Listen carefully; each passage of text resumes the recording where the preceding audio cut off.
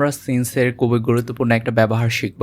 এই নিয়মটি অনেক বেশি পরীক্ষায় আসে এবং হলো যে আপনারা যখন বিভিন্ন গ্রামার ব্যাখ্যা বিশ্লেষণ করেন, এই ব্যবহারটি অনেক বেশি পেয়ে থাকেন। আমি এটি সহজভাবে আপনাদের শেখানোর চেষ্টা করব।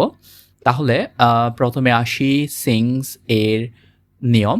সিংস এর প্রথম অংশ অর্থাৎ প্রথম অংশ যদি প্রেজেন্ট ইনডিফিনিট অথবা প্রেজেন্ট পারফেক্ট হয়, পরবর্তী অংশটা হলো যে ফার্স্ট ইনডিফিনিট হবে। অর্থাৎ থিংস এর পূর্ববর্তী অংশটি যদি প্রেজেন্ট ইনডিফিনিট অথবা প্রেজেন্ট পারফেক্ট হয়, পরবর্তী অংশটি হলো যে ফার্স্ট ইনডিফিনিট হবে। আশা করি বুঝতে পেরেছেন। আমি একটা এক্সাম্পল দিয়েছি এখানে, যেমন ইট is many years since I came to Dhaka.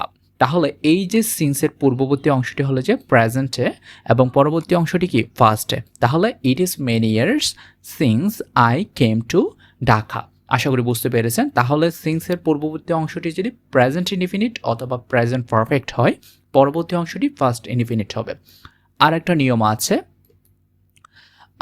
যদি সিন্সের প্রথম অংশ অর্থাৎ পূর্ববর্তী অংশটি যদি ফার্স্ট ইনডিফিনিট হয়, সিন্সের পূর্ববর্তী অংশটি যদি ফার্স্ট ইনডিফিনিট হয়, পরবর্তী অংশটি হলো যে ফার্স্ট পারফেক্ট হবে।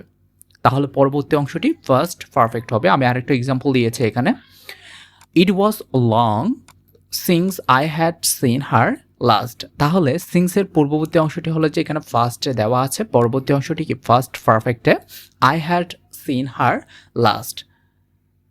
আশা করি বুঝতে পেরেছেন। খুবই গুরুত্বপূর্ণ একটা ক্লাস। এই প্রশ্নটি আপনাদের অনেক বেশি আসে, রাইট ফর্ম অফ ভার্বসে হতে পারে অথবা কমপ্লিটিং সেন্টেন্সে হতে পারে। অনেক আপনার হলো যে স্পিকিংয়ের ক্ষেত্রে হলো যে এই ওয়ার্ডটি অনেক বেশি ব্যবহার করেন। আশা করি আজকের ক্লাসটি দ্বারা আপনারা অনেক বেশি উপকৃত হয়েছে। Thanks everyone.